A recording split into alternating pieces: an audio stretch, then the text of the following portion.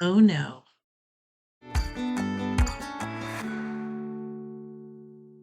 Hey guys, it's Kate, and I am here today with a quick little art supply hack.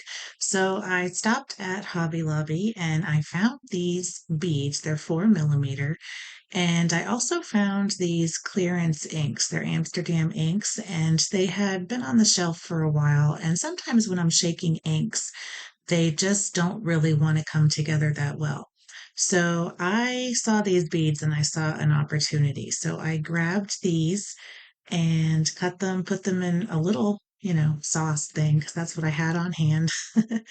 And I put 2 beads into each bottle, and we'll see how that goes. I might up it to 3, but it works like a charm to get some of those pigments and stuff off the bottom and mix up that color.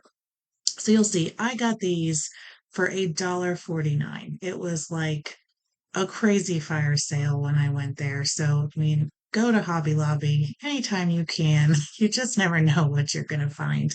I love that store. So, I am just going through all of my paints and adding these. And I think altogether, it probably took me about 5 minutes or so. Was not a big deal at all. But I do have an oopsie. So I'm putting in my beads in each bottle, shaking them up to check it out, just like normal.